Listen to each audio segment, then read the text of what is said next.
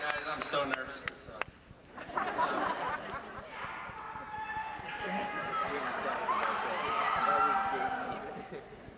I'm performing at Red Rocks. This is pretty sweet. All right, what am I supposed to tell you?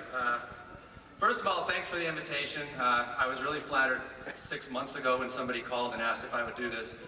I don't know whose idea it was to have me write a speech. Probably someone who hadn't seen South Park, actually. But, of course, the invitation was 6 months ago, and as things turned out, this now happens to be the week that I'm making the final cut on the South Park movie. And so I found myself in the really bizarre position of having a major motion picture coming out, doing all the directing, scoring, and sound, and yet still having a paper due for my high school. And so you see, seniors, high school never really ends. It stays with you, like a bladder infection. All right, so what am I supposed to tell you? I asked my old high school buddy, Kurt Nichols, who teaches here now, Mr. Nichols, I guess his name is now. I called him and asked him what I should write a speech about, and he said I should just write something really simple and then use the thesaurus tool on the word processor to put big words in it. And I said, no, Kurt, I'm not going to do that. That would be iniquitous. And he said, dude, just do voices from the show. And I said, no, that's not, that's... You all stand up for like flowers.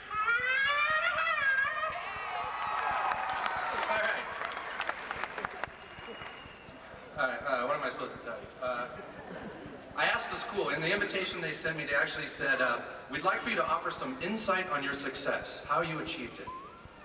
All right, you cut little things out of construction paper, and you show it to George Clooney, and you get $10 million. Thank you. Goodbye. Now, the point is, nobody can tell you how to be successful. What worked for me won't work for you, because you're all going to do something completely different from South Park, thank God. You've been told how to do things all through high school, and in college, even more people are going to tell you how things are done.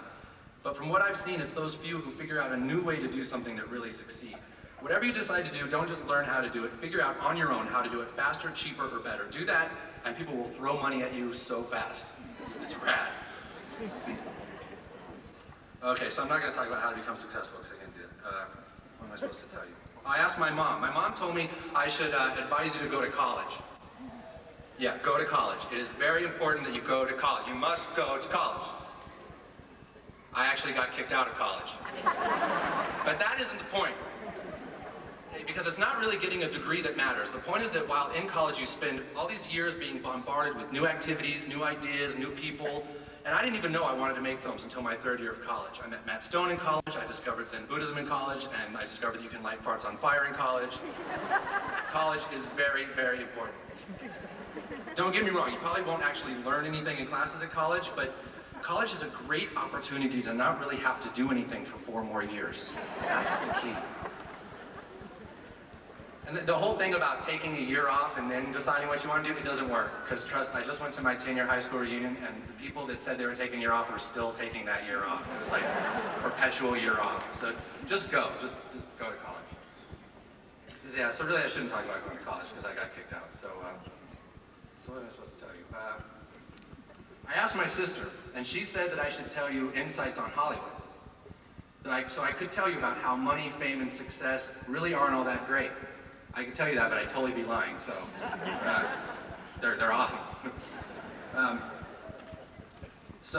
I asked Matt Stone what I should tell you about, and he wanted me to tell you about Jar Jar, that new character in Star Wars, and how much Jar Jar sucks. Yeah? Jar Jar sucks, come on. Jar Jar rule! I guess I'm wrong about that. I'll tell Matt that didn't go over too well. Okay. So finally I asked my agent. Ironically, he gave me the best suggestion of all. He said, tell him that there's hope. And it took me a long time to figure out what he meant, but then I remembered how I felt coming out of high school. See, anyone under 30 is part of the Earth Day generations, where mankind's faults are pointed out more than our strengths and achievements. All through high school, you're taught in class and in the media that we're cutting down the rainforest, we're putting holes in the ozone, we're overpopulating the planet. You're taught that we've destroyed native cultures, killed each other in countless wars. You're taught about hunger and poverty and crime and blah, blah, blah, blah, blah, blah, blah, blah. You're taught all these things, and then on graduation day, they release you into society as if to say, okay, now go fix it all. And it makes us a very cynical, self-hating society, and it has to change if we're going to get anywhere. Because we are the only animal capable of senseless killing, but we're also the only animal capable of senseless loving. I know this sounds totally cheesy, but we have to start believing in our whole species again. Because if we don't believe in our species, then we've got nothing. Sure, there are bad things in the world, like homelessness and Barbra Streisand and Jar Jar. But we are all trying to fix them. It's going to take time, and nobody really knows what they're doing, but we all have to stop putting the focus on mankind's faults. You can still fix the world without being a cynical hippie activist spewing a bunch of negative crap. I've always been an extremely optimistic person, and I suppose that is the biggest thing that attributed to my success. I believe in mankind. I believe that someday we are going to be a utopian Star Trek society we all dream of. It's hard to be optimistic. It's something that takes a lot of practice. But the way you do it is by learning how to laugh at things. That's what South Park is all about. Laughing at our faults rather than being angry about them. What most people don't understand is that laughing at things doesn't mean you don't care.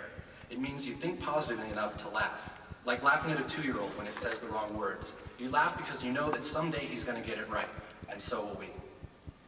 So please don't start off these years pessimistically. It won't get you anywhere. Optimism really does lead to success. Because if you're an optimistic person, you're a happy person. And if you're a happy person, you're a nice person.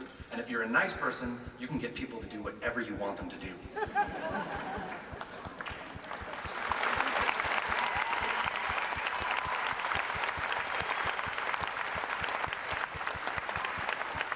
So, I remember I went to orientation at Evergreen High School.